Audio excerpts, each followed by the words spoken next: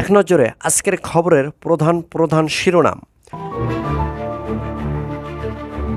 বৈষম্য বিরোধী ছাত্রদের নতুন দলের ঘোষণা ২৮শে ফেব্রুয়ারি, যায় দিন।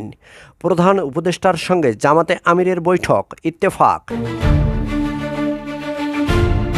গণ অবস্থান কর্মসূচি স্থগিত করল জামাত, ইত্তেফাক। অর্জনের পথ সহজ ছিল না, শিবির সভাপতি সাদিক কায়েম, যুগান্তর। নির্বাচনের রোডম্যাপ না দিলে ঈদের পরেই মাঠে নামবে বিএনপি, ইত্তেফাক। প্রধান উপদেষ্টার কার্যালয়ের সামনে জামাত ঘোষিত কর্মসূচি আপাতত স্থগিত, নয়া দিগন্ত। যায় দিন। আইন শৃঙ্খলা পরিস্থিতি নিয়ে বৈষম্যবিরোধী ছাত্র আন্দোলন, ২৪ ঘন্টার আলটিমেটাম।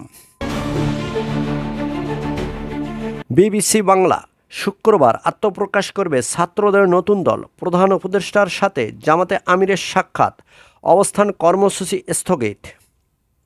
ইনকলাব, ভারতকে সিদ্ধান্ত নিতে হবে তারা বাংলাদেশের সাথে কেমন সম্পর্ক চায়, পররাষ্ট্র উপদেষ্টা। দ্য ডেইলি ক্যাম্পাস, ভোল্ট পাল্টে ছাত্রদলে যোগ দিচ্ছেন গোপালগঞ্জ বিশ্ববিদ্যালয়ের ছাত্রলীগ নেতাকর্মীরা।